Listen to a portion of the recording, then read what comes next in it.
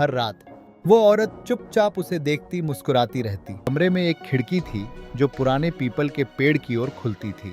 वही खिड़की जिसकी ओर एक दिन उसका ध्यान गया।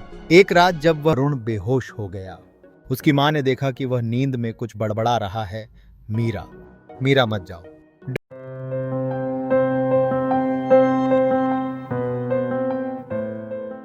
अरुण एक होशियार और मेहनती लड़का था। शहर के एक कोने में अपने माता पिता के साथ रहता था।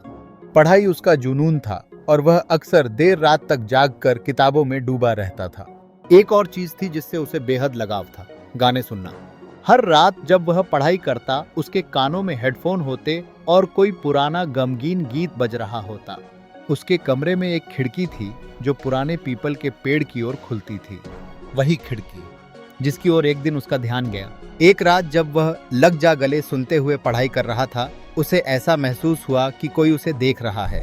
उसने नजरें उठाईं और देखा कि खिड़की के उस पार एक औरत खड़ी है, सफेद साड़ी में लिपटी, चेहरे पर एक अजीब सी मुस्कान, गहरी काली आंखें और स्याह रात में चमकता चेहरा।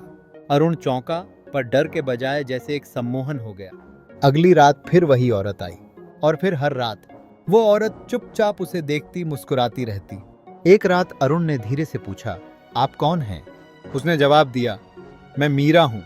इस घर में 30 साल पहले रहती थी। प्यार अधूरा रह गया था, अब तुम हो। अरुण धीरे धीरे उसकी ओर खिंचता चला गया।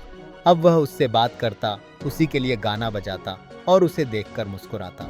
पढ़ाई से मन हटने लगा, चेहरे पर थकावट और आंखों के नीचे काले घेरे आने लगे। एक रात अरुण बेहोश हो गया।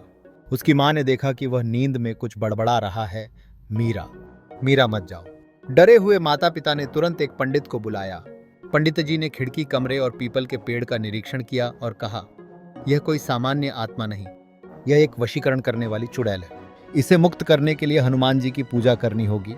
अगले 7 दिन घर में हनुमान चालीसा का पाठ हुआ, दीपक जले, सिंदूर चढ़ाया गया और हर दिन आरती हुई। मीरा की आत्मा अब तड़पने लगी थी। वो चीखती, मुझे अरुण चाहिए, वो मेरा है। खिड़की पर अब उसकी मुस्कान नहीं, उसकी छटपटाहट थी। 7वें दिन जब अंतिम हवन हुआ, तब एक जोरदार हवा चली। खिड़की अपने आप खुल गई और मीरा की आत्मा आखिरी बार दिखाई दी, आंखों में आंसू और आवाज में दर्द। शुक्रिया अरुण, अब मैं आजाद हूं। और वो गायब हो गई। उस दिन के बाद अरुण ने कभी हेडफोन लगाकर देर रात पढ़ाई नहीं की। हर मंगलवार हनुमान जी के मंदिर जाता और अपने कमरे की खिड़की हमेशा बंद रखता। कहते हैं, प्रेम चाहे कितना भी गहरा क्यों न हो, अगर वह प्रेत बन जाए तो भक्ति ही है जो रक्षा करती है।